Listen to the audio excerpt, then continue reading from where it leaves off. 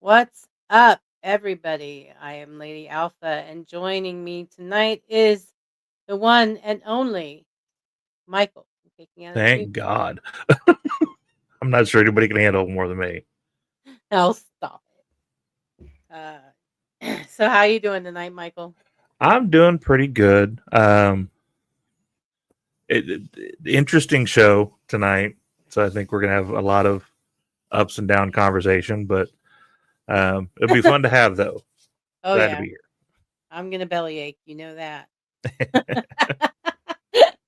Awesome, awesome, awesome. Well, it looks like we don't have any comments right now, so we will just, I guess, get to it.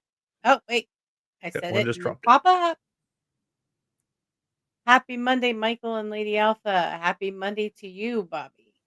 Be Yes, Raw sir. Monday, although we're not happy. So let's get right into it. Okay. I am always excited when John Cena. Oh, I've got to post this one. I'm sorry. Well, No, go back ahead. chin up, tits. Wait, wait. Okay, there. Are they out far enough?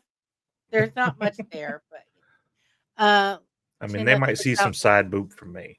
And grab some straw. Grab your straws and get ready to drink in the man because tonight was full of pops. Um, I mean, he's not wrong there. yeah, Stampede had posted on Twitter, like, we can kind of see what the strategy was for tonight. And it was like, all right, this guy return pop, this girl return pop, this girl return pop, this guy return pop. Like, yeah, okay, that's what we're going with today. yeah. Everybody comes back today. Right. It just Well, we will get into that. Hang on a second. I gotta take a drink. Sure. I suddenly got a tickle in the back of my throat, and I hate that. And I'm gonna cough. Okay. All right. So I am always excited when John Cena starts off the show because the man could cook on the mic. Mm-hmm. Yeah, he's awesome on the mic, and I love listening to him. So he started this off tonight and did not disappoint as usual, and I absolutely lost it completely when the crowd was chanting. Um, I'm I'm not gonna repeat what they were chanting, but he changed it for the censors in case they decided to get bleep Mm-hmm. happy to Choco Fun Cup. That's right. So that had me in stitches. Um, but we have, of course, we. I don't know why I didn't expect it. Dom coming out and demanding his rematch. And then wants to call the shots of when they're going to fight. That was to me was comical. Like, who do you think you are? You're not the boss of anything, dude. Yeah. um, and then Judgment Day comes out. Of course, Dom starts preening, like, because he knows the numbers are in his favor. Um, they just, I guess, weren't expecting the outcome. Yeah. That promo led us to our first match of the night and probably the most entertaining match. John Cena, Sheamus, and Rey Mysterio against the Judgment Day. What were your thoughts, sir? Uh, well, my first thought is it's weird now that like he has three shots starting today left. Like, that's it. Right. And so we had the 6-man tag tonight. We have now found out he's going to be in San Diego against Dom. And now we're just waiting for this tournament to figure his last match out. Right. We are that close to him being done with his in-ring career. That's insane to me.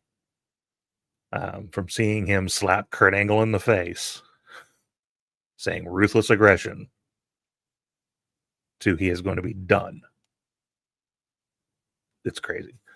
And As oh far yeah, as the match, like I expected Ray to come out. I expected that. So once they jump Cena, I expected that. Sheamus coming out is a little weird to me because Yeah. homie, you're in the tournament. Right.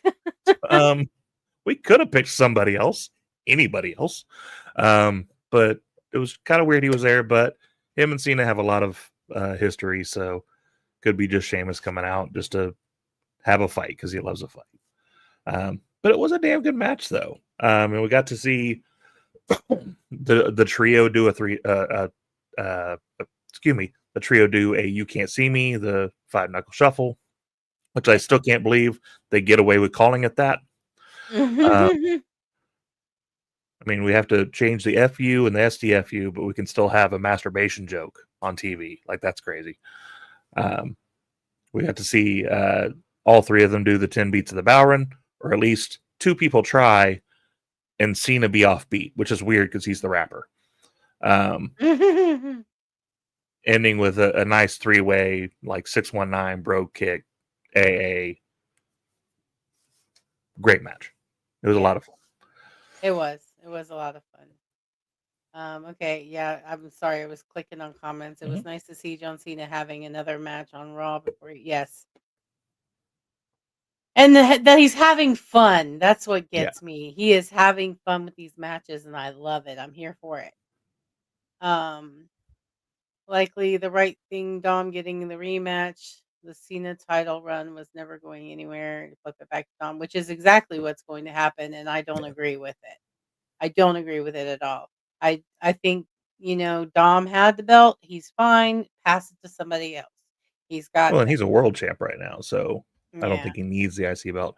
No, he doesn't. We'll get into the thoughts of tonight's tournament matches, but like I'm glad he got his roses to be the Grand Slam champ, but I think every opportunity they have for that to make sense to me of why he has that IC belt other than just to be the Grand Slam champ keeps getting taken away because the Right. wrong people keep winning these matches. But Right. we'll see. Yeah. I'm I agree. If Raw ever gets kicked from Netflix, they would have an easy landing spot on TV land where nostalgia is king. Yeah, there's a lot of nostalgia tonight. Yes, there was. And even I noticed and I wasn't here for it to be nostalgic.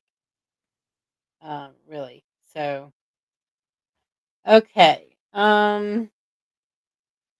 Yeah, I love this. I love the match. I laughed through most of it because of the craziness that went on during that. But yeah, it's like Stampede said, Dom is going to take the belt back, and I think that it was a complete waste of time. It should go to the next person or the last person that That beats John him. wrestles. That's my opinion, and I'm going to stick to it. I don't care if anybody likes it or not. Um, Thank you, Bobby. I saw that. Okay, so I didn't see it until we came back from the commercial break, but what was that like scuffle? Was it that was just well, I'm assuming it was, everything that happens at a wrestling match is for show. But I was very surprised to see the Judgment Day scuffling with some celebrity audience members. I think it's just something they have doing now. We'll talk about Becky here in a little bit. Becky was doing it too after her match. I think they're asking them to interact with the people that are there front row now, because we're seeing a lot more of that of them going out there and kind of jaw jacking with whatever celebrity is there for the night. Yeah. Well, I don't think it was a celebrity that Rusev screamed at. That was funny as hell. He scared that kid. But fortunately, the child was laughing afterwards. So, Yeah. okay. So, and this is where I'm not gonna make any friends with this one. The next thing was Stephanie was supposed to have a promo tonight. Come out, entrance music hit. I'm excited, like yay, la primera. And then Nikki.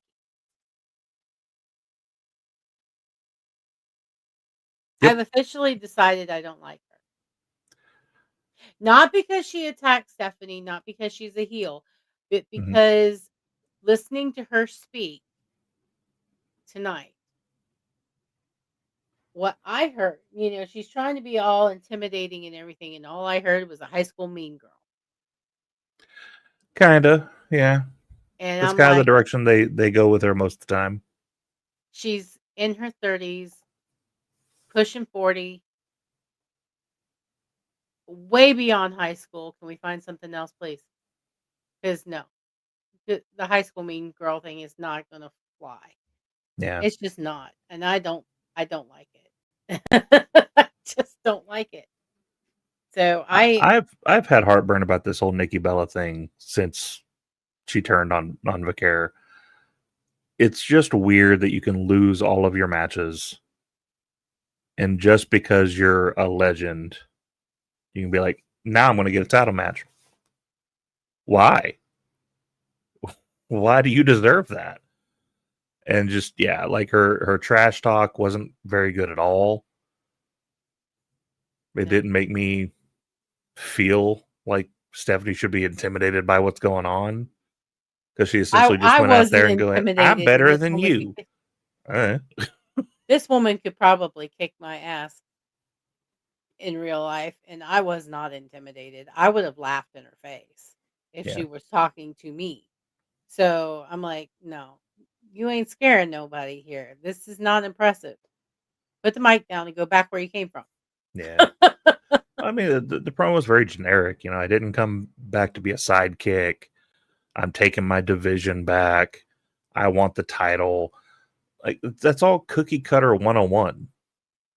You didn't really add anything to this match at all, or give me any reason to why you should have this match.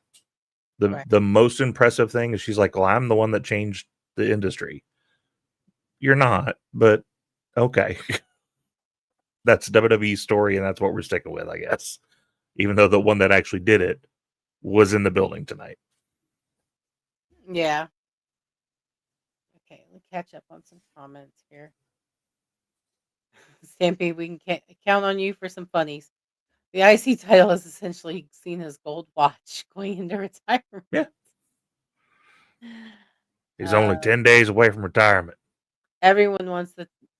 I object to that statement. Everyone wants the title on Nikki. No, everyone doesn't. I don't. I don't. No. That will fan under the careful what you wish for category.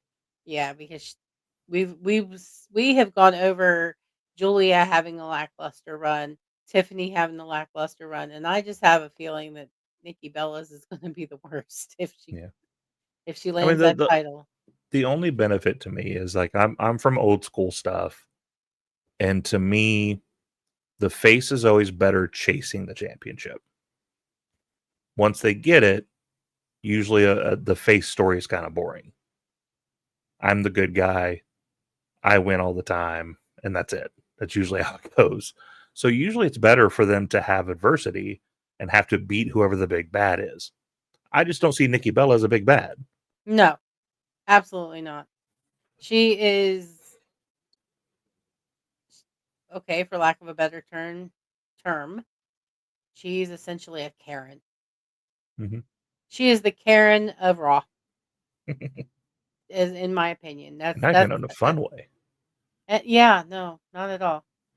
And I agree, Bobby. Uh, yeah, I'm not looking forward to that match. And if when it happens, I hope Vaquer walks away with the belt Yeah. because I have not seen anything from Nikki to justify her getting it. Yeah. Okay, now I've not said I've not noticed her ring rust. Um, I will admit that, but she is not the level of talent of Stephanie Vaquer. No. Not even close.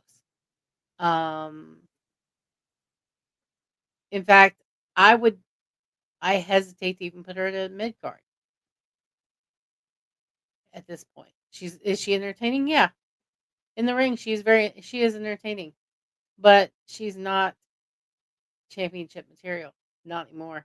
And this is coming from someone who's never seen her wrestle, beyond now. Yeah. Okay, I've It seen her was very do. much the same. You're not seeing ring rust because her wrestling style that you're seeing now is the exact same what it was before. Okay, You'd well, have some elbow everybody. shivers. You'd have some throws. Nothing really expansive. Stampede. It's more I of a know that's small right. puncher in your thumb and a big bat. I love this. I love his analogies. They crack me the hell up.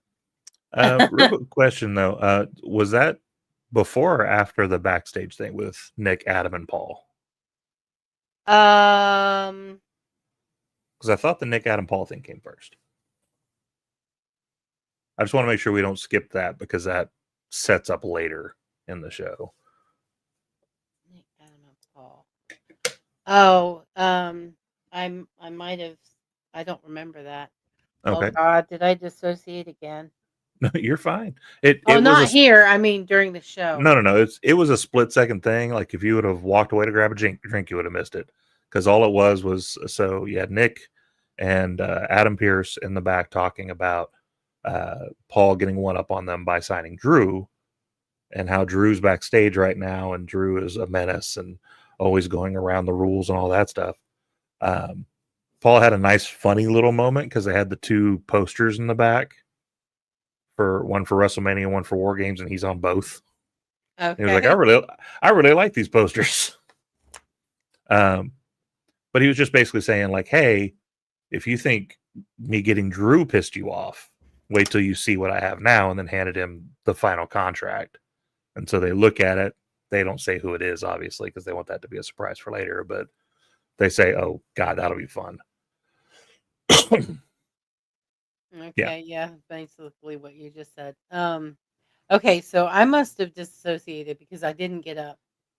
I know I didn't get up. So, and I do have a tendency to dissociate during shows. We're Um, fine. Most important, well, usually football, and that's what makes me irate. I guess I miss something important. That's okay. I'm here to back you up. That's what I'm here Yeah. for. So. Okay. So good. I appreciate it. So I don't know. Apparently that went down. And now I can understand um what you meant by the lead into later. Yeah. Okay. Explains that. Yeah. Okay. Now before we move on to because I've got Bailey and Lyra backstage. Mm-hmm. Let me run the commercial from Gimmick Yeah. Table Media. Let's go ahead. I gotta find it. Oh, where is all my stuff? They move stuff around. There it is. I got it. Don't go anywhere. Ace Finley again, reminding you to check out Gimmick Table Media, a community of creators, streamers, podcasters, and fans from all corners of entertainment. Dive into chats, collabs, and laughs. There's always a spot for you at the table. Catch all our amazing shows, creators, and exclusive content at linktr.ee/Gimmick Table Media. Awesome. Okay.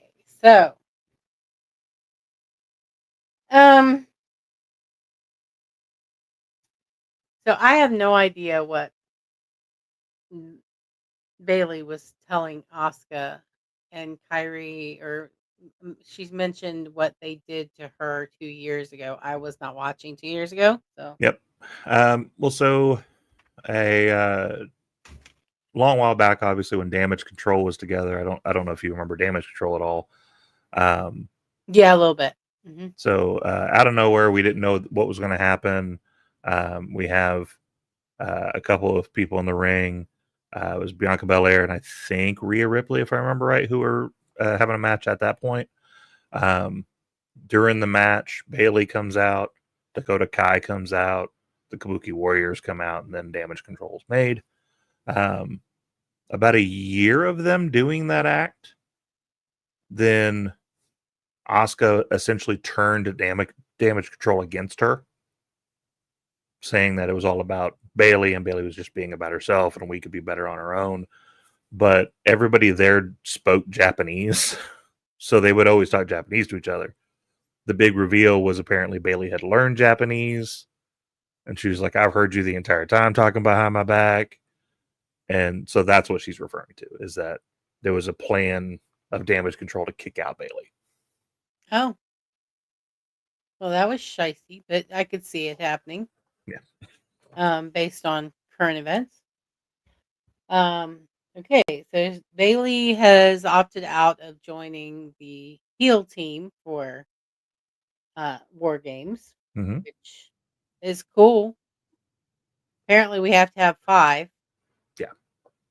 Or And we got to see a little switch of Bayley. Like, I like that we're still playing with that gimmick of, like, she was happy-go-lucky Bayley when they were walking up. She goes to talk to the Kabuki Warriors. She's done with them. Lyra's like, that's great. I'm proud of you. I'm proud of you for putting them in their place. Goes to give her a high five. What are you, 5? Let's go, idiot. Yes. Ding dong hello Bayley makes her appearance. I do love this bit. I want to they really need to do more with it. They really Stampede has a really good point there that I was thinking just this past NXT. Okay. So wait a minute. I apparently missed some comments because I forgot to switch back over. There's a football on tonight. The Raiders, Cowboys. Oh, who cares? Sorry, no. I'm a Texans fan. I am not a Cowboys or Raiders fan.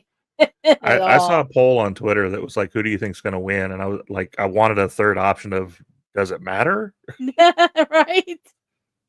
Thank you, Bobby. Bobby says we are great. We're only as good as the people that watch us. They're running 2 female characters with the split personality gimmick in the same promotion. Bayley, Blake Monroe. Yeah, I did notice that.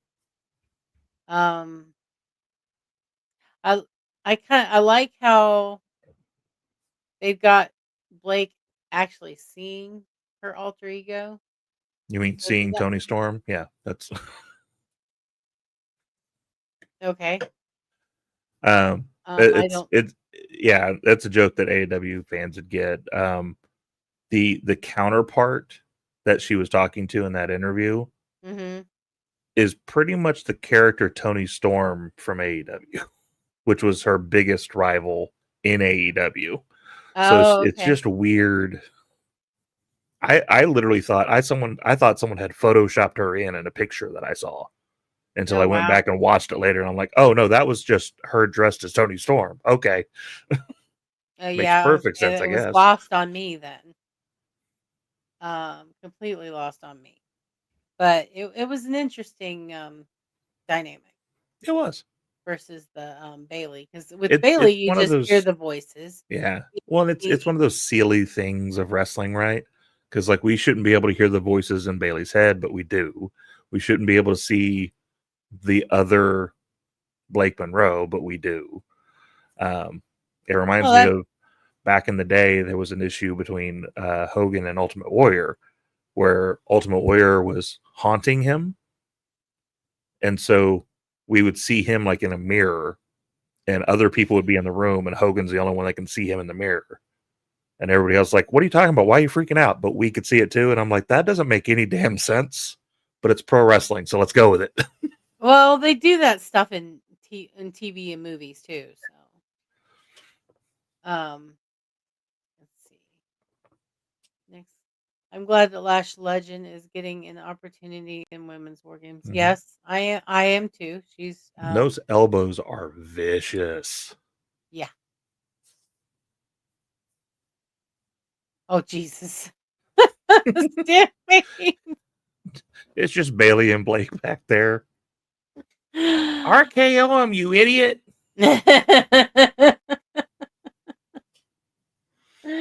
That's so great. Okay, now I'm not gonna lie. Mm-hmm.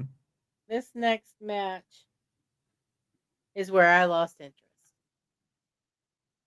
completely lost interest in the tournament, in Raw.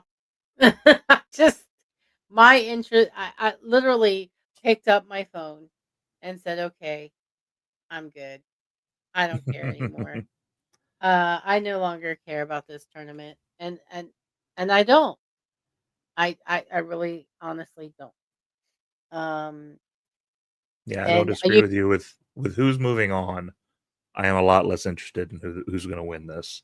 right. Um, I actually posted a TikTok video on our channel of Dolph coming out, Hmm. and like you can almost see it on my face. Like I was excited that it was Dolph, and then I realized Dolph's not winning this thing. Like that, No, he didn't come here to beat Solo.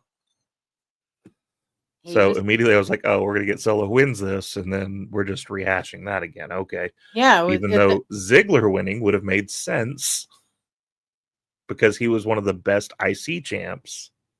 And so if he goes to win the belt from John before John walks out the door, it would make perfect sense. Yeah, I just I don't know Dolph Ziggler. I know of him, but I don't know him. I have no experience with him. I have no beef with him. Yeah.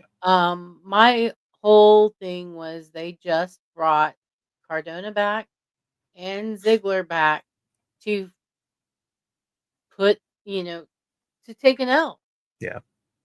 just so we could have the same players Well, again. it's an issue. Tori and I had talked about it on one of the episodes of our show of WWE, to their credit, has reached out and started working with other companies. They're working with NXT. They bought AAA, but even before they bought it, it was a partnership with them until they bought it. Like they're having these deals where they're working with other companies, but they're also running those companies into the dirt because you had two of their biggest people and you changed their names back, which maybe they were okay with, and that's fine. I see people dragging Cardona through the dirt right now because they're like, you said you'd never go back to Zack Ryder. Zack Ryder's dead. You know what, though? If they backed up a Brinks truck and told me my name's Zach, then my name's Zach. I don't care. Like, I'm with you.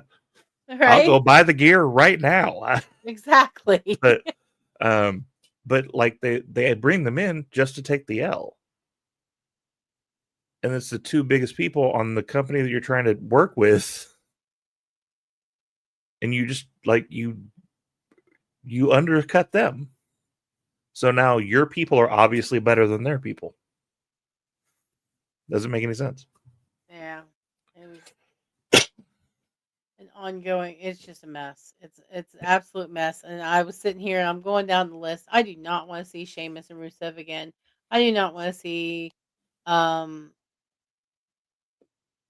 well, hell, and none of the people that have won to move on. I don't want to see them again. I Yeah. don't even think they need to be involved. No. We need fresh blood, and they're not giving it to us. And poor Javon. Poor Javon. We'll get to that match. Yeah. Poor Joanne. It's As just soon as I saw the graphic, I was like, rest in peace, kid. Like, right. there's no way you're winning this match. It's stupid. Just stupid. In this match with oh, hang on. Stampede has a comment to what you were saying. Mm-hmm. So WWE has a partnership with TNA.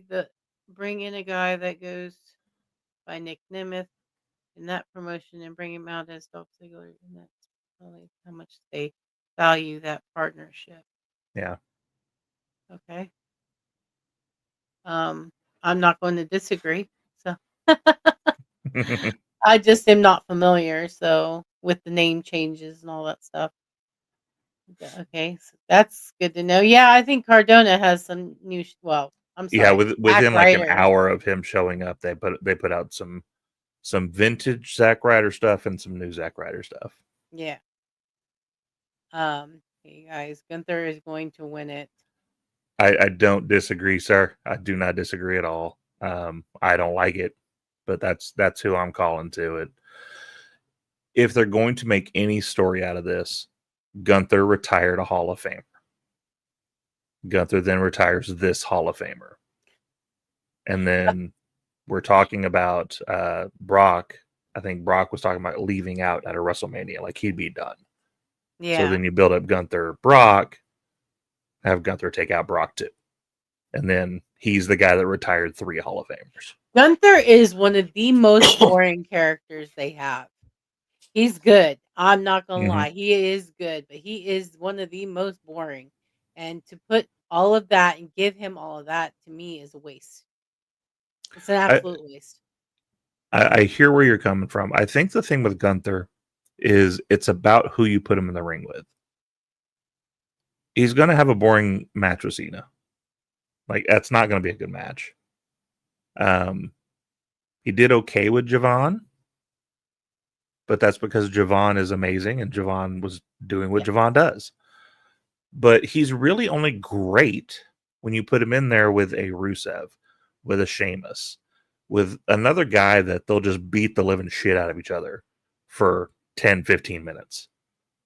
That's where he looks good. Yeah. But you don't have a lot of those. Just bruisers. Right. Stampede is on a roll tonight. I love this. He is. Yeah, I've done detention on Saturdays in junior high that was more exciting than this tournament. I never got detention, but I can sympathize. I could say I don't know ball.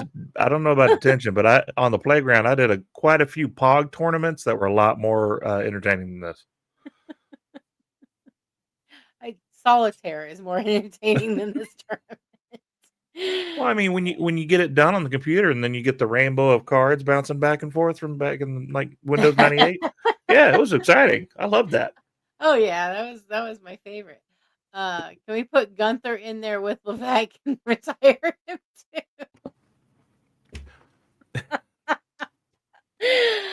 Oh my gosh, that's great.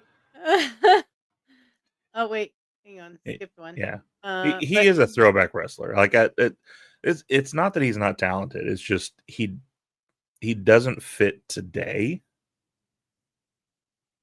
And so it's a little tough to see him against some of these newer kids because it's just not a fun match.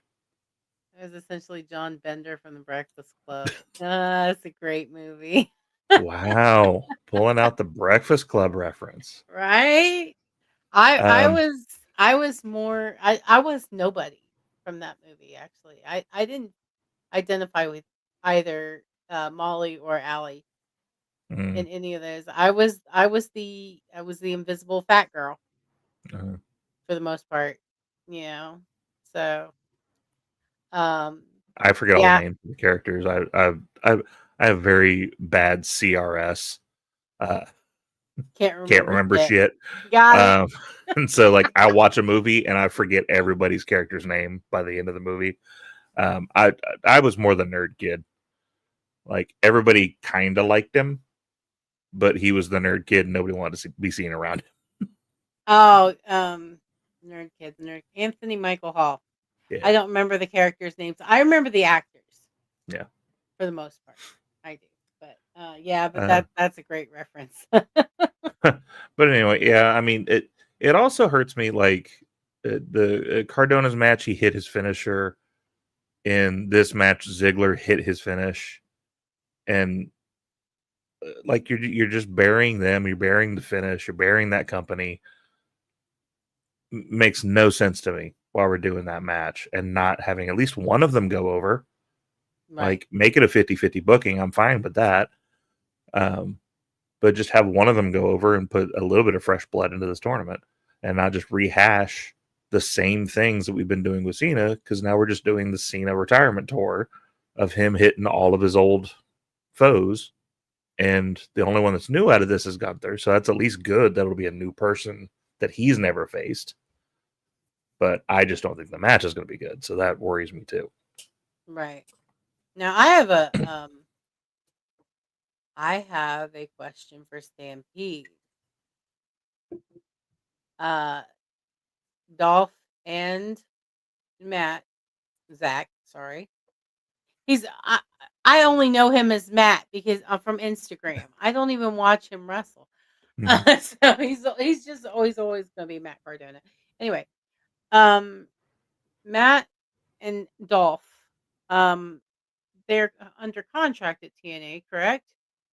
Is it possible that they'll be making a permanent return to WWE? Because and the reason I ask is because Chelsea posted a picture of herself and Matt, of course, because they're husband and wife. And she was, of course, the proud wife. Couldn't be prouder. But then she made a vague reference to like, and I'm not quoting verbatim because I can't remember exactly the word she used, but it basically said 5 years in the making. So that's why I'm curious as to whether or not that that was a hint that they're trying to bring him back to WWE full time, or do you think this was just a one off for both of them? Well, I do want to just fix one of those statements. So Ziggler is fully contracted. Zach is not. Zach's on a per diem. Matt Cardona, he's just a per diem, so he's just there as they need him. Okay. Not under an official contract. But a news report actually came out today saying that so far there's been no conversation of him and Matt, Matt and WWE, excuse me, having a conversation about him coming in yet. Okay. Well, I was curious because it seems to be, a lot of people wanting him back in WWE. I've not heard anybody angling for Ziggler to come back to WWE or anything like that. So, Well, Ziggler specifically said he doesn't want to come back, and so I would not be surprised if it was just a one-time gig for him. Because to his credit, he said he had done everything, and he had. He's been a tag team champ. He was a world champ. He was the IC champ. So he's done everything. Yeah. okay. So Stampede's answer is similar to yours. Dolph is under contract to TNA. Cardona is working as a freelancer, so he can work where he chooses. Dolph does work other promotions, though. He was on the Hog Show Saturday. I don't know what that is, but okay. So It's a indie promotion, okay, cool. kind of one Cool, of the cool, upper cool. level ones. Sounds good. And Penta has never faced John Cena. That's true, but see, a little birdie told me that we may be, and it's rumor. I'm going to say it's a rumor, but it seems like it might be possible. It is definitely feasible. But I heard that, Ray, Phoenix, and Penta are going to be teaming up for the AAA event on the 28th, and that they may be coming together in WWE as well, which means they're probably not going to be angling to put the IC title on him right now. Yeah, I hope so. Ray Phoenix has had like 13 and a half new tag team partners since he's been there, and not one of them has been his brother. Yeah. So at some point, just let it go and let them be the Lucha Bros, please. Right. They're so good together. Also wrestling on that show was Wesley, Priscilla Kelly, Shotzi Blackheart, Shayna Baszler, Killer Cross, and Scarlett Russell. Oh, Yeah. Priscilla Kelly's Gigi Dolan, in case you didn't know who that one was. I didn't. I do not know her by either name. I know Shotzi only because her and Matt had a thing, the Indie God thing on Instagram. Which was so much fun. It was. It was hilarious. And of course, I know Killer Cross and Scarlett also from, and Shayna. So and Wesley. I remember Wesley from NXT. He was just recently released, wasn't he? Yeah, he actually showed up on TNA's pay-per-view this past week, hanging out with the Rascals again, because he was part of that team. Nice. Okay. Well, at least he's not letting any grass grow under his feet. Okay. So moving on.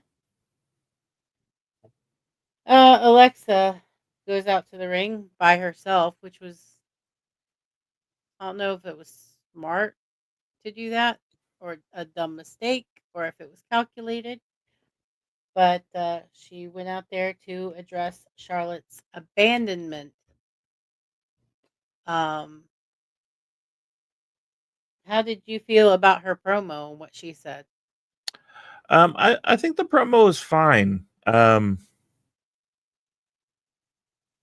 just praised them on our show because I loved what they were doing with Charlotte.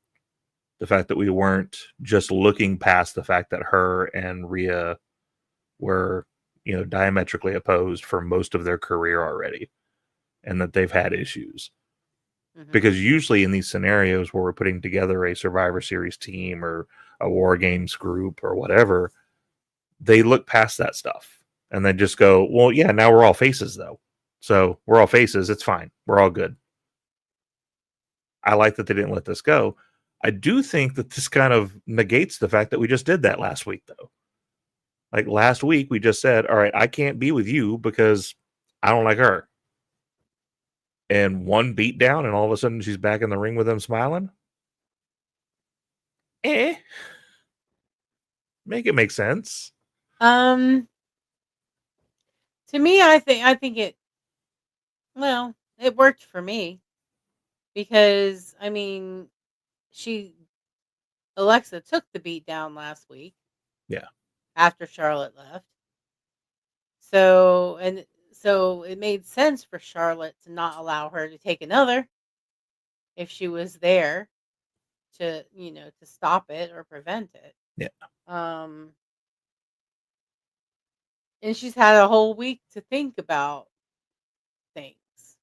Dodging phone calls, dodging texts or text messages and stuff like that. So I'm just hoping that if we see them on Friday, I'm hoping she says, like, look, that doesn't mean that I'm part of your team. Just they were beating down my best friend. And so I had to come help you.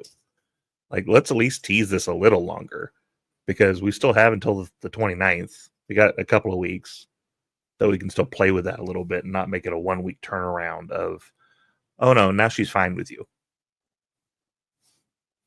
Yeah. I get it.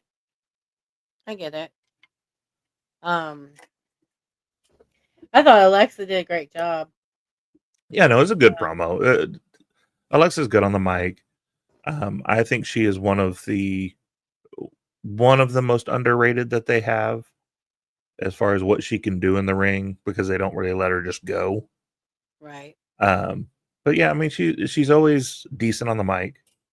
So it was going to be a promo that made sense and was cohesive with what they were doing. Yeah. And I will admit, I'm a little biased because we were both born in Columbus. So. Gotta support the hometown girl, you know? Yeah.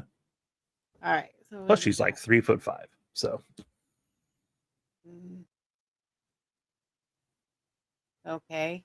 I don't know what all that stuff is, so I'm not gonna. Just a bunch. I think that's the card for the.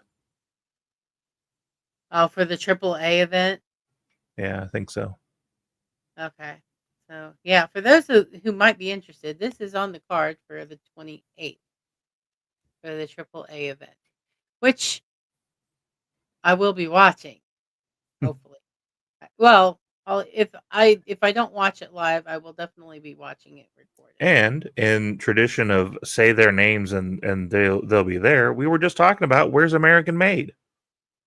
Yes, there they are. They're in Mexico. Right. Yes. Apparently they got stuck down there in travel. I don't know. I caught a picture on X, I think, or I'm not sure if it was on X or on Instagram, and I posted it, and I said, I think it was X. The mystery has been solved. So yes, they are in Mexico, which is weird, but not so weird considering Chad Gable started the whole El Grande Americano thing, so it kind of fits. Yeah. But I think aren't the Wyatt Six down there too? know they were. I don't think they are currently. Because we just saw on Friday, I think it was, we saw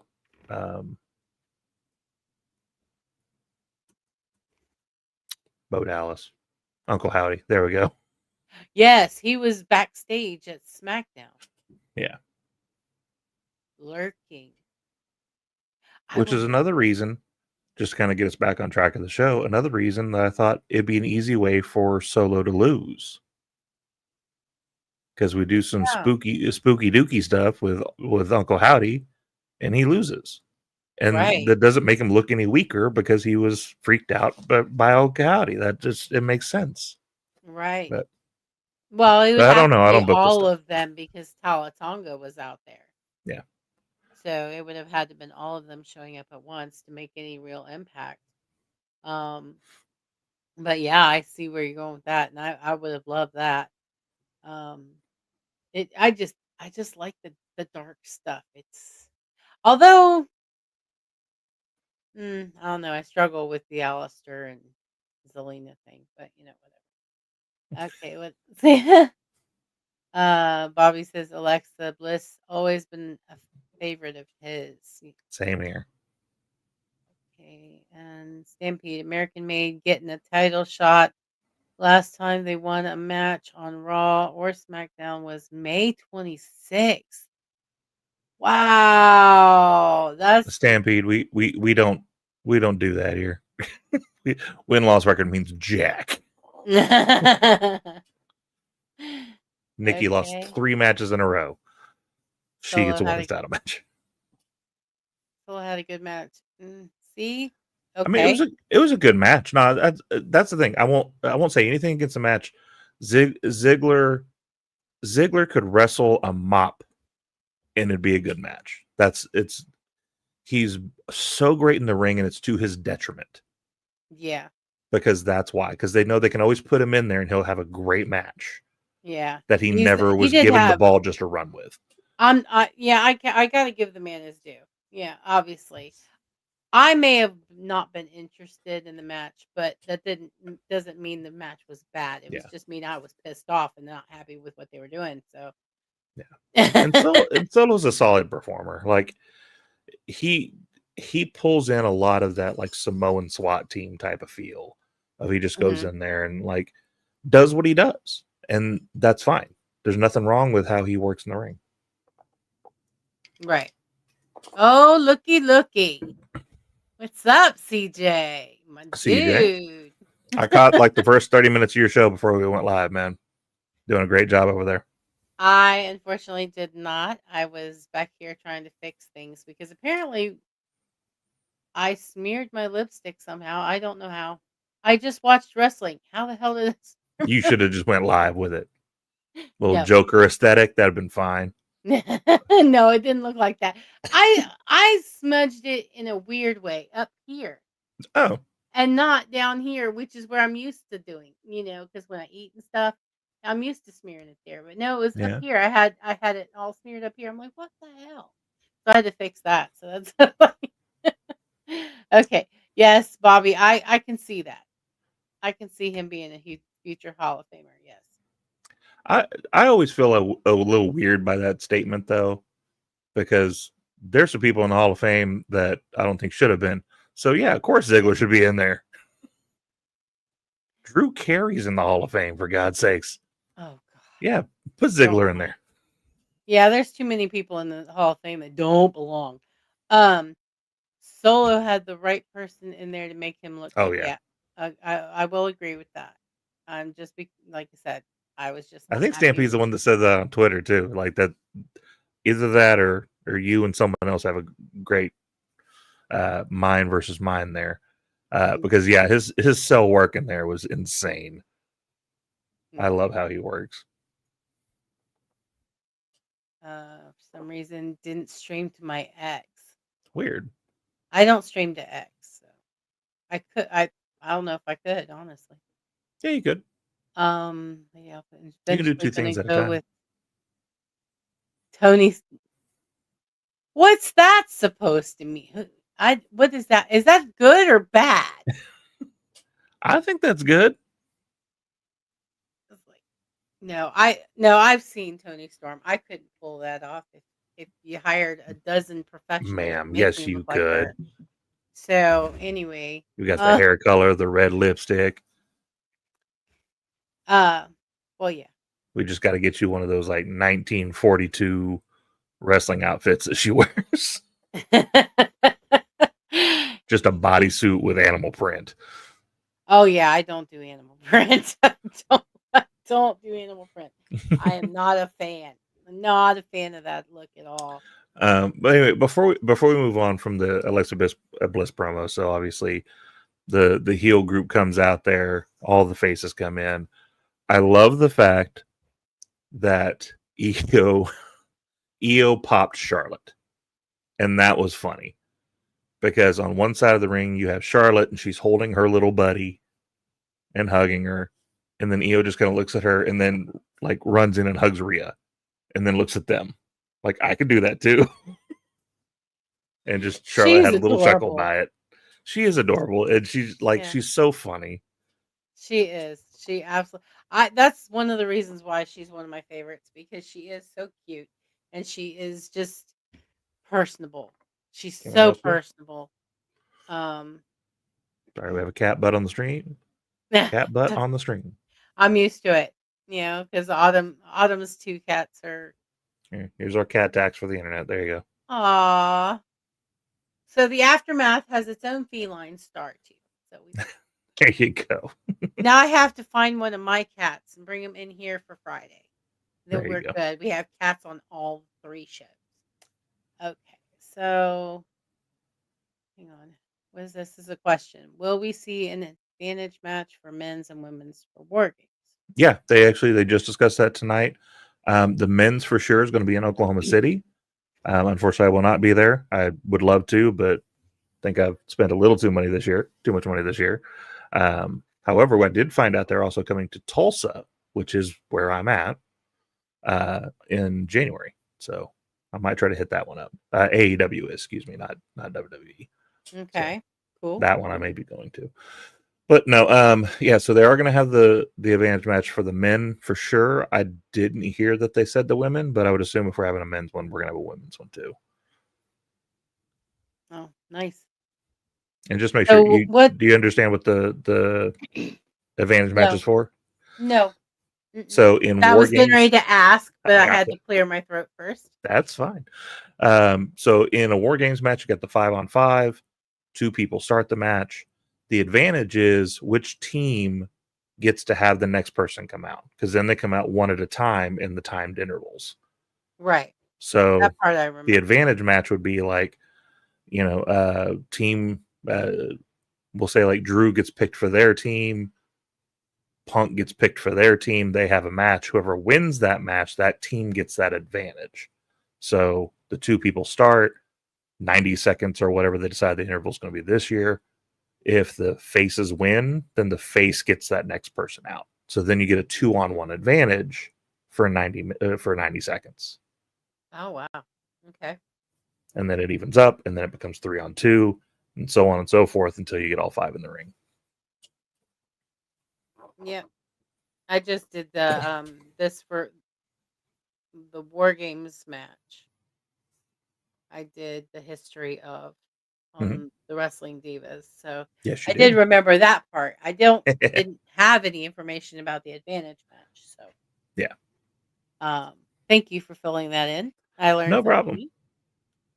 Okay. Are we ready to move on to probably what was the match of the night? At least the shock of the night. I don't know about match of the night, but it was definitely did not see that coming. Yeah, let's move on to it. Yeah, Becky Lynch versus Maxxine Dupri, and we have a new women's IC title or IC champion. Yeah. I was excited about this. I've been you've heard me. I'm over Becky. I'm over her and her. I'm not the one saying it. Other people are saying it. Sports Illustrated says it. Let me tell you what I say. I like how you make her sound like she's had like 4 or 5 mimosas before she has this conversation. Everyone's saying it. Sorry, that's about No, you you're know. good. I don't do voices. I don't want to do her voice. Oh no, I loved it. I loved it. That was great. So yeah, That was a I just compliment. I loved the little twist. thank you very much. I try. I do my best. So I no, just I do a was very bad Trump, and we don't want to do that here. no, we Uh, don't. Okay. Oh wait a minute. Hang on. We got some. They said the same thing for blood and guts. They did. There's with best 2 out of 3 across the women's cage match and the men's. Okay. Cool. This Beck and Maxine thing had a whole long wrong with almost everything. Yeah. Well, the only thing I really noticed that cracked me up was Maxine's leg drop missed. Like it missed a lot, and mhm. that made me giggle. But no, I was happy for the end of this match. I wasn't expecting how that win came about, Yeah, but I figured this was her, I think, third time yeah. facing It was Becky. third match with Becky. So Um, I knew something had to happen.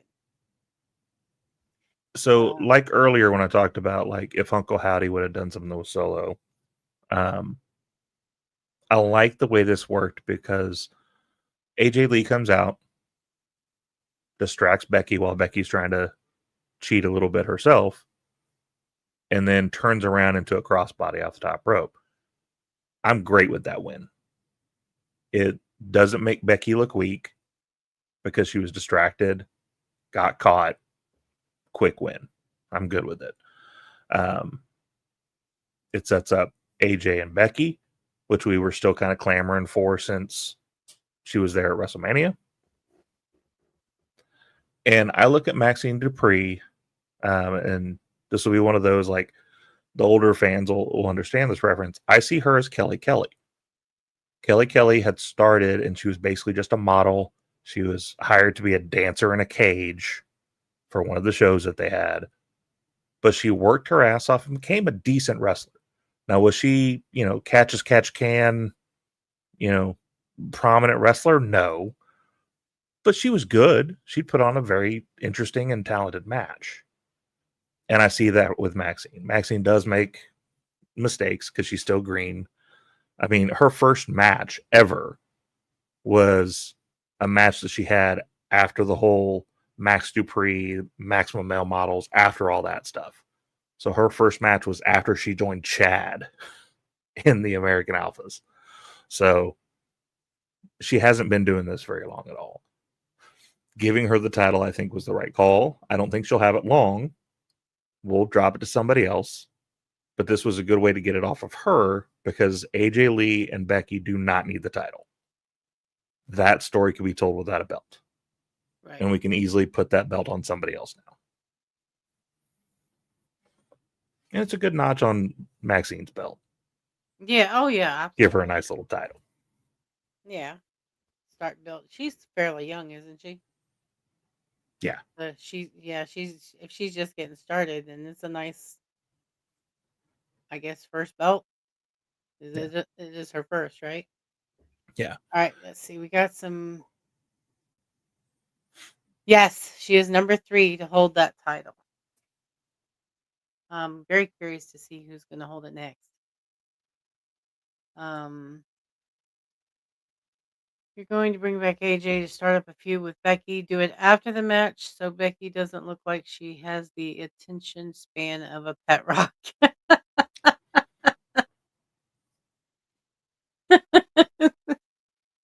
If someone lessens the win by Maxine because she won because of insert distraction from more prominent You know what? People there are a lot. Uh-oh, my mouse froze.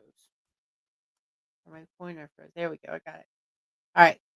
Uh, I don't think there is a single wrestler on the roster who hasn't won by distraction or some kind of shenanigans.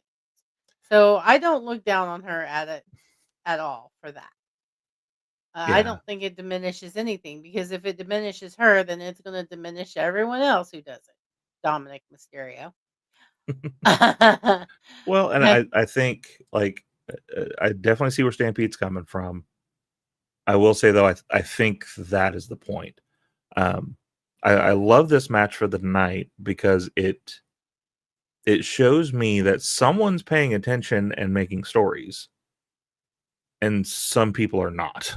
So whoever put this tournament together isn't trying to make any stories. Right. This was making stories because Yeah. Maxxine getting that belt, you're going to get some shark in the water that's going to come after that belt because it's Maxxine and she had to have someone distract Becky to have her win. So it's going to be easy Yeah. win for some big bad out there.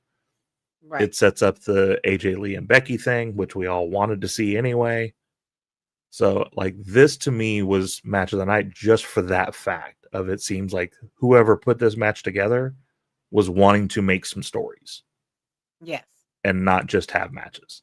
So I'm good with it. I understand the disdain for it though.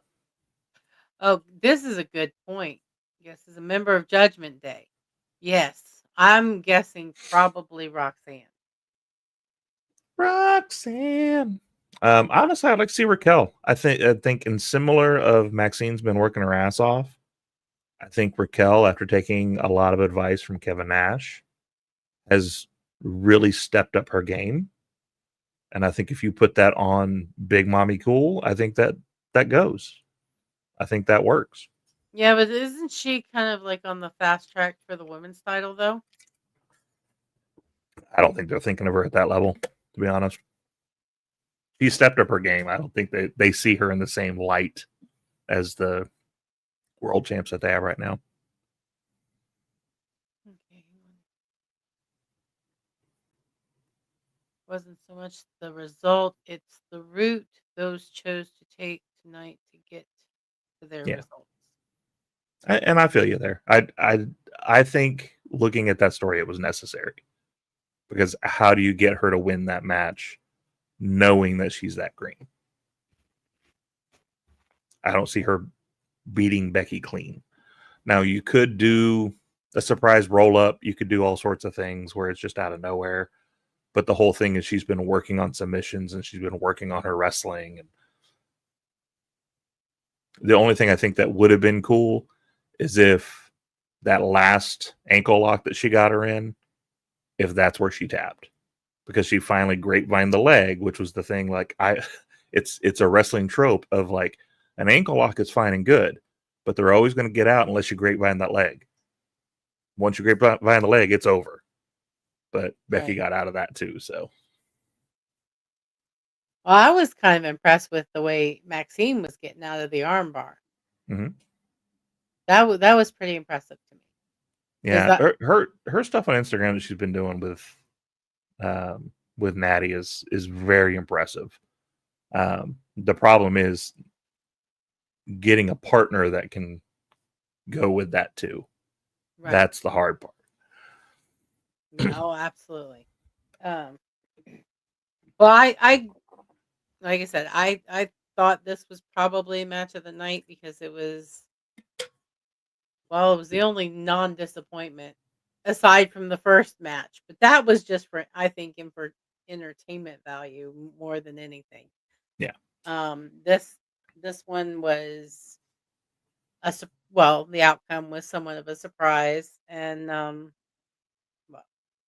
like I said, I'm not a Becky fan, so I No. was excited that the belt came off her. It was the unconventional choice for the night, considering all the other choices that they made. But yeah. Okay, Bobby was also impressed by Maxine's performance tonight. Mm-hmm. Stampede says Maxxine has shown really good progression, so you can tell she's putting in the work and wanting to learn. That's very important. Wanting to excel. The only thing I am concerned with is like Natty when she's doing those practices is so insanely good and smooth and fast and can chain wrestle better than anybody I've seen. Not a lot of women on the roster can do that, though. So then she gets relegated to Neidhart with the big boobs and the purple and pink gear and the black gear, not doing those things. Yeah. Because other people can't keep up with her. I hope Maxxine doesn't get in that same rut of, yeah, she's really great, but you got to find someone really great to put against her. Right. I don't mean any disrespect to Maxxine, but I don't think she's going to get to that level. And she may not.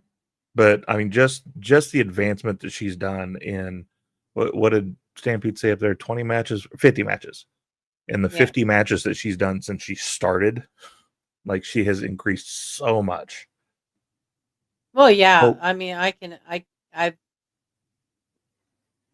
only seen her wrestle in a handful of matches. Yeah. And I've I would say if you progression. have a chance, go watch some of those training things she was doing with Natty. Like, she's really damn good if she could get someone to keep up with her. I did see one on Instagram. Okay. So yeah, I just don't see her unless she completely turns, because in order to become that level of dominant in the division, she's going to have to put on some meat. The woman's skin and bones. She's going to have to build up the muscle, because I mean, yeah, she can move and she can perform these moves great. She's doing a great job. She's getting to be very impressive. But there's also an element of strength that you have to have in order to be that dominant. You put Maxxine Dupri up against someone like Lash Legend or Nia Jax, and they're gonna squash her like a freaking grape because she's and small. that's where matchups are kind of a big thing of making sure that styles can match up together. Stampede said a thing in there. If she gets really good at training with Natty, there's a lot of other promotions that she could go to. And yeah, her in like an AEW, her in like a Stardom, her maybe in New Japan, where she could just do the technical stuff, would absolutely soar. If she's going to stay in WWE, I agree with you. There's going to have to be a bit of a transformation. Right. And like I said, I have no disrespect. She's not at all. She is a talented performer, but to be that dominant in the women's division, she's going to have to do more. That's just my take, and I'm a noob, so take it for what it's worth. All right. It's a great take. This is the match I really didn't. Oh, this one was painful. Well, hold on. Before we get there, we can have a little bit of fun then. Okay. Because there was a little backstage thing. Maxxine Dupri's back there getting interviewed. You're good. Yeah. Size does not equal dominance. Every woman in Stardom and Miracle proves that. Yeah. Well, like I said, I think it's more just if she's going to go to another promotion with that type of skill, I think she'll fit in perfectly fine. I do agree with you, though. If she stays in WWE, the way they promote things, the way they push people, she's going to have to go through a little bit of change and not be as, I mean, I don't want to say lanky because that sounds negative, but she's definitely thinner in all aspects than most of the women there. Right. But so they're backstage doing just a quick interview with Maxxine and AJ Lee, just because it's like, hey, that's exciting, that's awesome. Tell us what it's like. Maxxine says how great it is. The rest of the Alpha Babes come up and they are going to go off to go celebrate, leaving AJ Lee there. Sorry. AJ then, like, they ask her, hey, so you gonna stay? You're gonna hang around for a little while? She mentions that she was there just to kind of help her husband, and that's the only reason she was there. But Becky stirs some feelings for her, so we'll see. And then at that moment, I think the internet blew up, and every man-child in the world was excited because Rhea Ripley comes from the side, looks at AJ Lee, says, "Hey, got a minute to talk?" She says yes.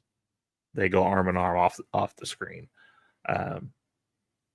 thinking that maybe, possibly, the fifth man for both teams would be AJ Lee on one side, Becky Lynch on the other. Which, seeing AJ Lee in a WarGames match, that would be amazing for her because they didn't have that stuff when she was there. So she gets to do something unconventional. Okay, so more comments here. WWE is more about the aesthetic and not always what else Yeah. bring to the table as far as the ring goes. Yeah. Yeah, that's a byproduct of he who shall not be named. I will admit that. And I still don't agree with it. Never agreed with it. Mm-hmm. But must be, yeah, that's what you just said. And that makes total sense. Yeah, I it's mean, it's a nice fit for that last slot. So yeah, it would be. It would be a good fit. and yeah, now to the match. Rest in peace, poor Javon Evans. Oh God. As soon as I saw this match happen, I saw the graphic of it, and I immediately thought, like, he's gonna get slapped out of the sky because that's there's no way they were gonna let Javon win this match. As much as even what surprised me is I forget how tall Javon is, and then he's standing there next to Gunther, and they're almost eye to eye. And I'm like, he's a lot bigger than people give him credit for.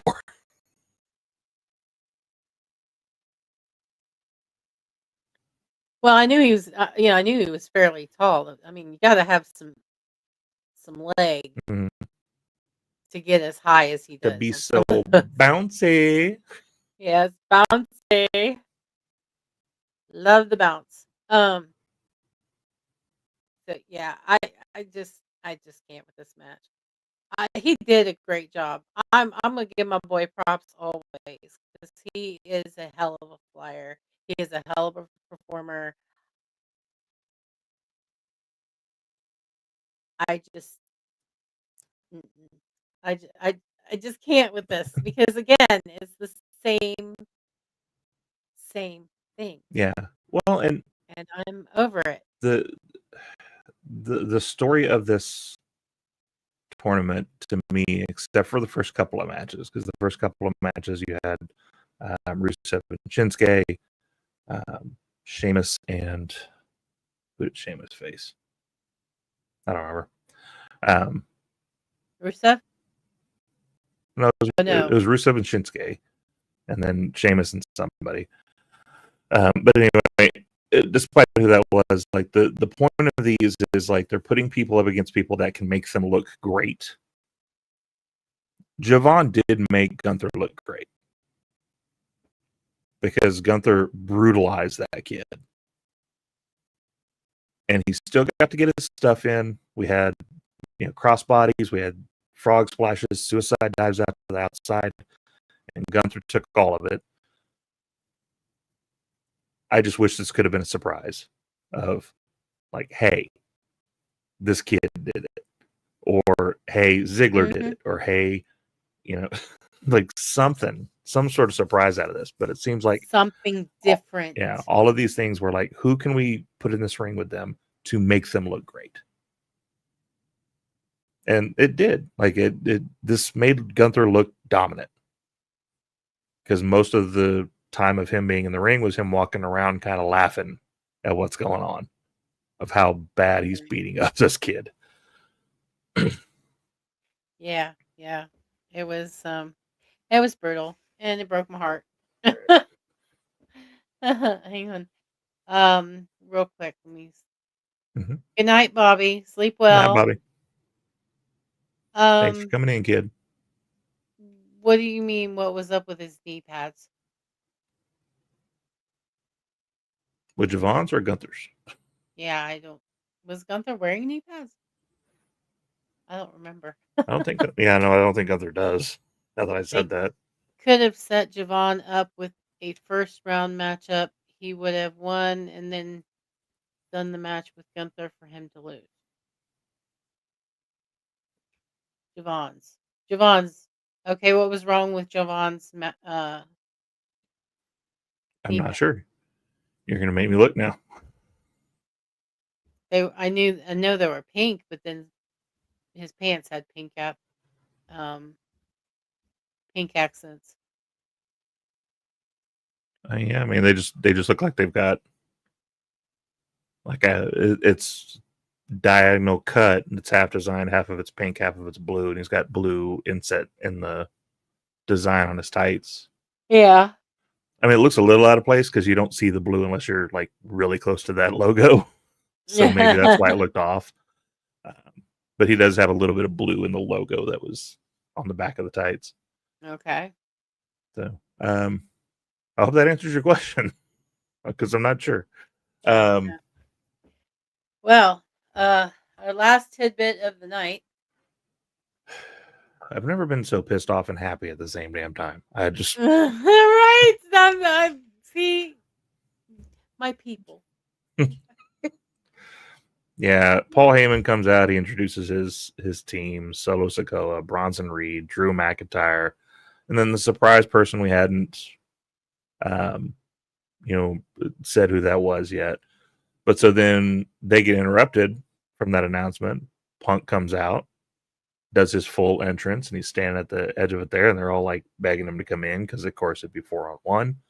And he just kind of looks at a non-existent watch.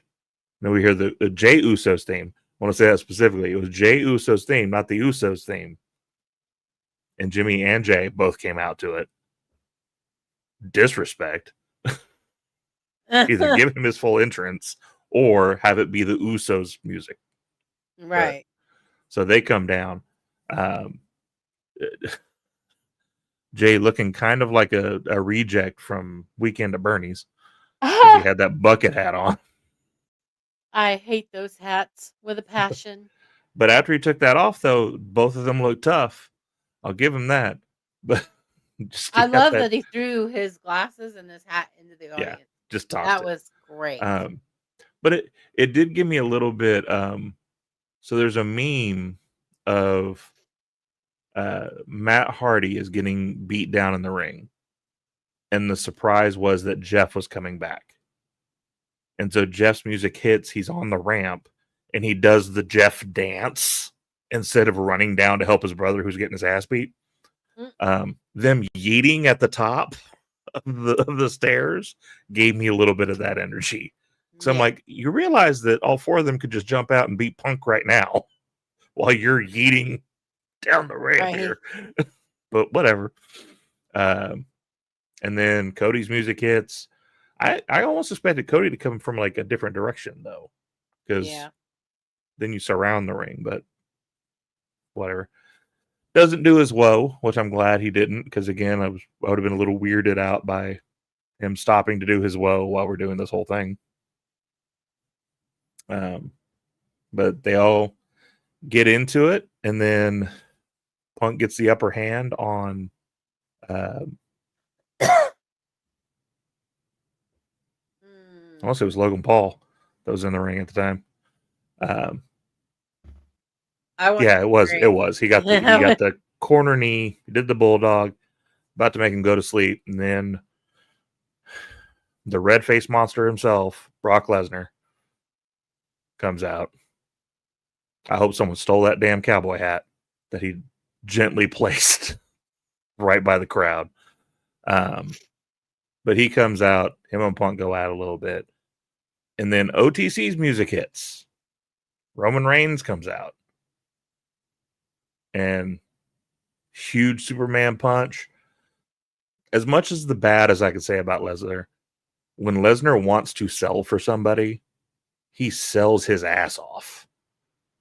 Because after he just tore up the rest of that team, he took one punch from Roman and he did almost a backflip out of the ring. Right? I have never seen a man that size bounce that much. So, but then just calamity ensues. They're all fighting around the ring. We got LAPD in what looks to be bad stripper uniforms all around the ring. My favorite spot of it, though, is you've got LAPD or New York Police or whoever it's supposed to be pushing Roman back, and the camera's pointing at the cops, and the cops aren't noticing that Punk is coming up behind Logan Paul with a kendo stick, and he like puts it around his throat and drags him back. No one's paying attention to that shit. Roman does a beeline around, takes Bronson and a cop out by doing a spear through the barricade. Just big brawl at the end of the night to end the night out. Were you surprised at all that Brock and Roman were the fifth men? No.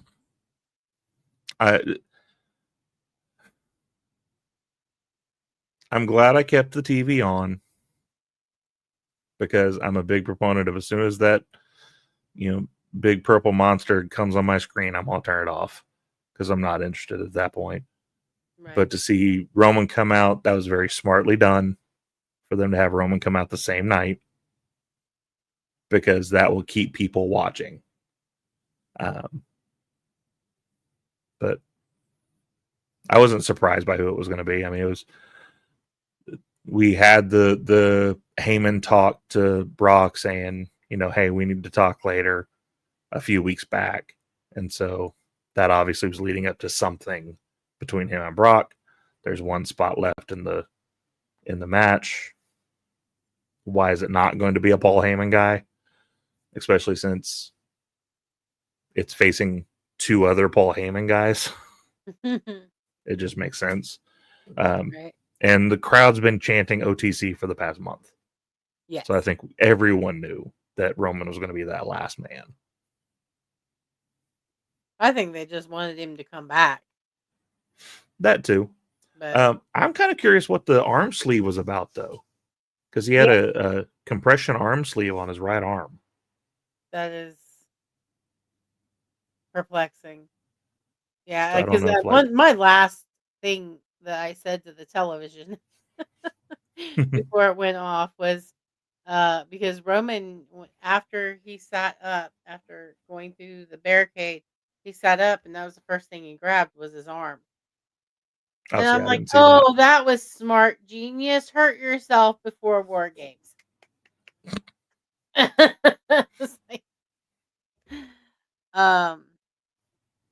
So yeah, it was perplexing seeing that on and to see him grab at that same arm later. I sincerely hope he's 100% for WarGames. Mm-hmm. I mean, I'm not gonna lie, I'm still gonna watch. One, because I am part of Team Mike. We are part of Team Mike. We are. For the prediction show. We'll bring that crown home. Yes, we are.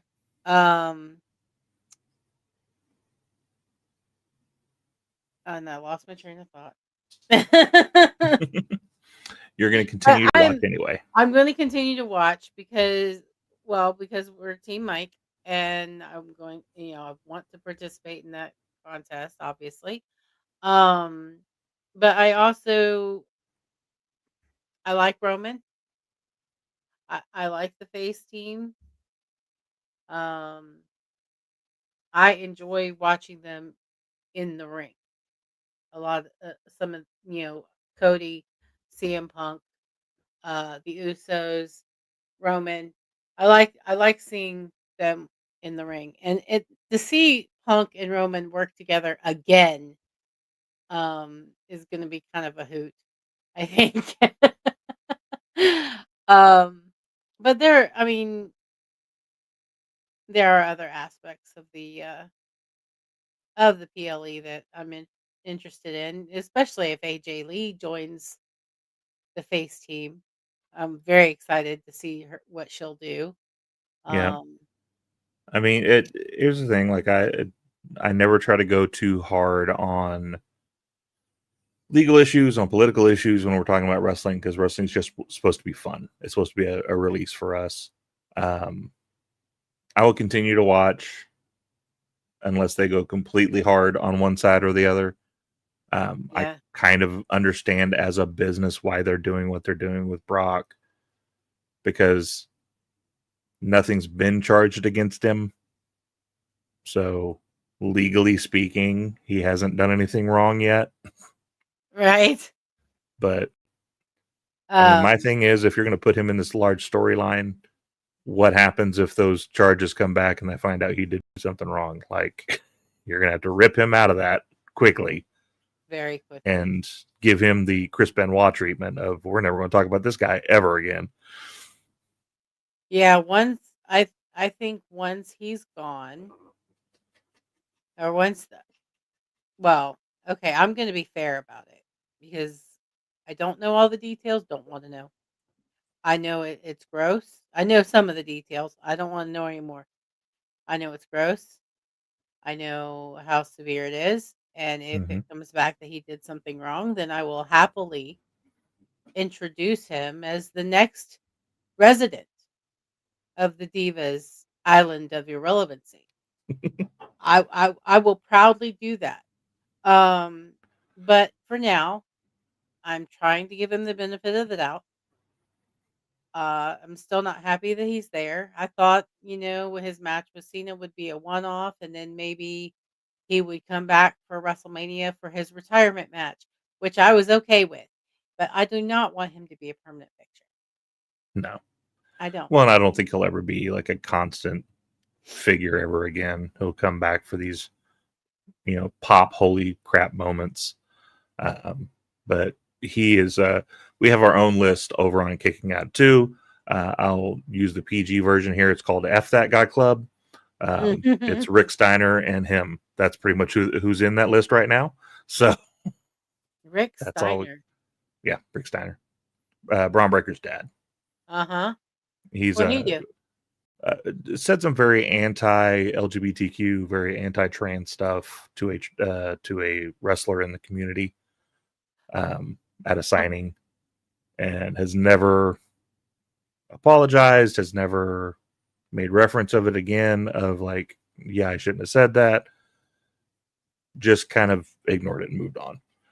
Oh. So he is in the F That Guy Club. Okay. Okie dokie. Well, that's me being nosy. Okay. So we have a funny question from Stampede. How long before they change the name of the group to the Paul Heyman family? I mean, to me, they need to change the name, I think, because the Vision made sense when it was Seth Rollins' group. Right, because he's the visionary. Yeah, that made perfect sense. Right. I mean, and now, frankly, I mean, the Vision now is like, it's 10-10 Vision. It's not very clear and it's kind of fuzzy and I don't understand it at all. But I hey, call it the Heyman family. Why not? A little play off the Heenan family. But I do think they need to change it. You will have to tune in to the Run-In Wrestling podcast on November 28th. I'm not sure. We're not sure of the time yet. And that's when predictions will be made. Catch all of our socials. We'll all post about it when we nail it down. But we're going to do a whole prediction show. It's a Survivor Series match. Team Big Mike versus Team Sped. It's going to be fun. Mm-hmm. It's going to be lit. For real. Join us. That's right. And watch us school Team Sped on how it's done. All right. We got Stampede is the Canadian Nostradamus of prediction shows.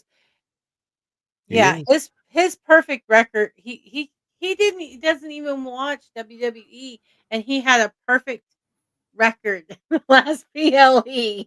Oh yeah, no, don't think I'm not going to hit you up, Stampede, with some thoughts. I'm also going to call up CJ, because CJ like knocked it out of the park too. Like, use our resources here. Yeah, that would be awesome. we are going to kill it. I just know we are. I'm very confident. Okay, we are at the hour and a half mark, and we have covered everything. Any closing thoughts, sir? Do better, Paul. Do better. I know you're watching us. We're your favorite show. I know. It's why you do your aftermath show, your recap show, the next day. Because you want to see what we're doing. Do better.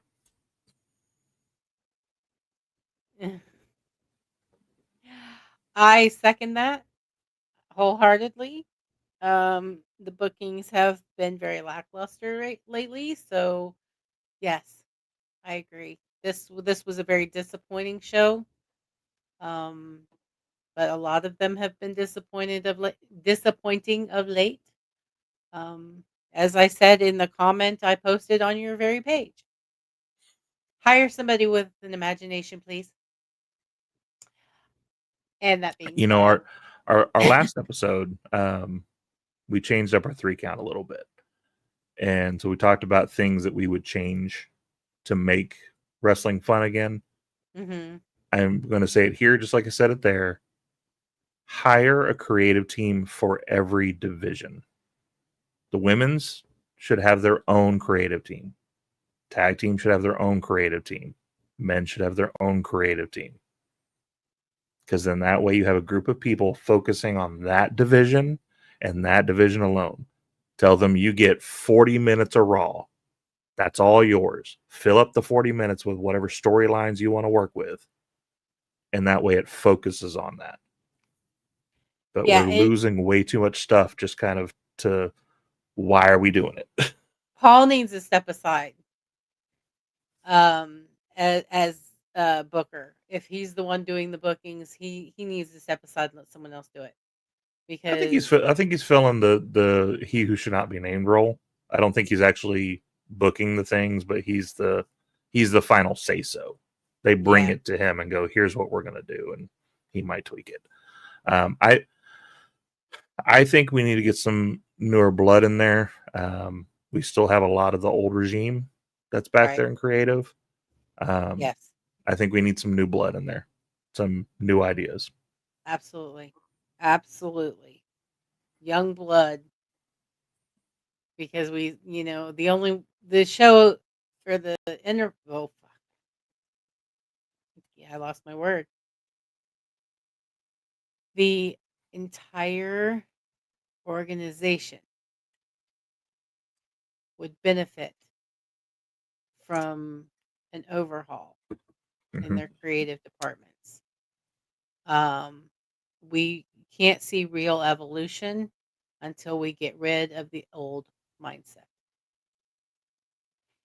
And that being said, sir, please tell them where they can find you.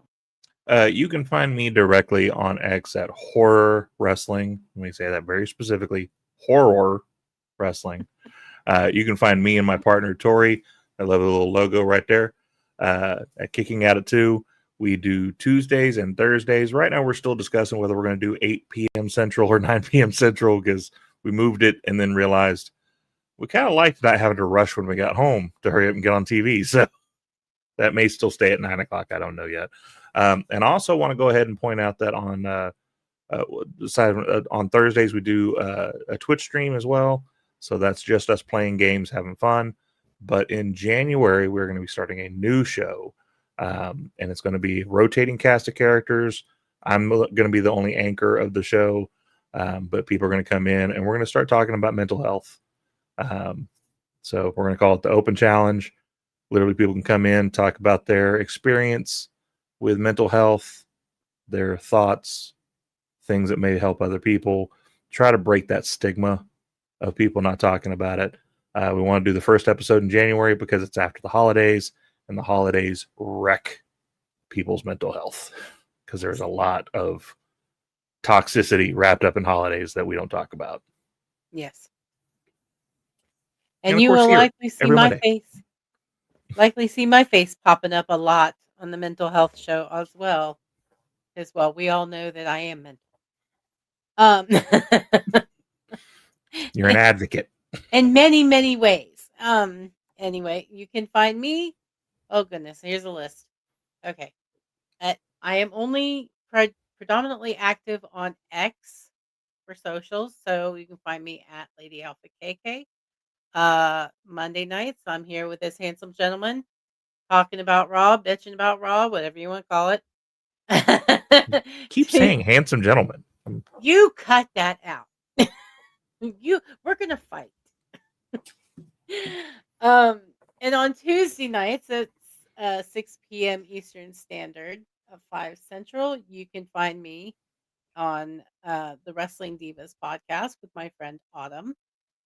And on Friday nights, the Aftermath SmackDown, which I will, well, bitch to another handsome Mike.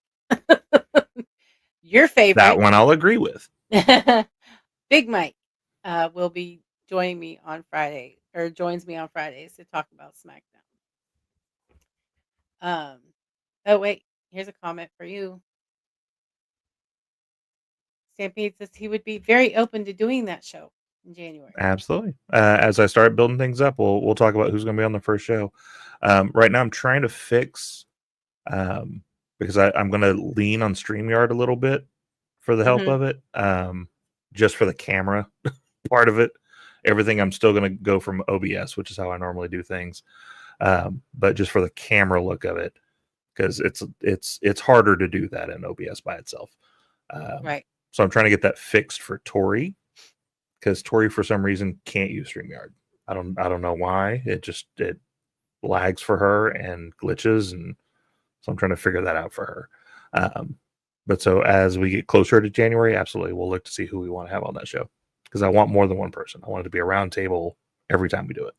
Well, if I can manage, I'm always available.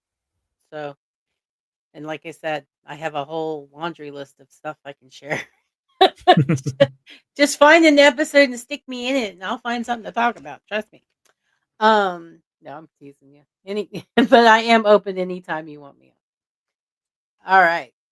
That being said, we have basically talked ourselves into a hole, and I'm sure Michael would like to get to bed before 2:00. So, thank you for joining us, you guys. There was 15 of you, I think, watching tonight. And we will see you next time right here on the Aftermath Raw.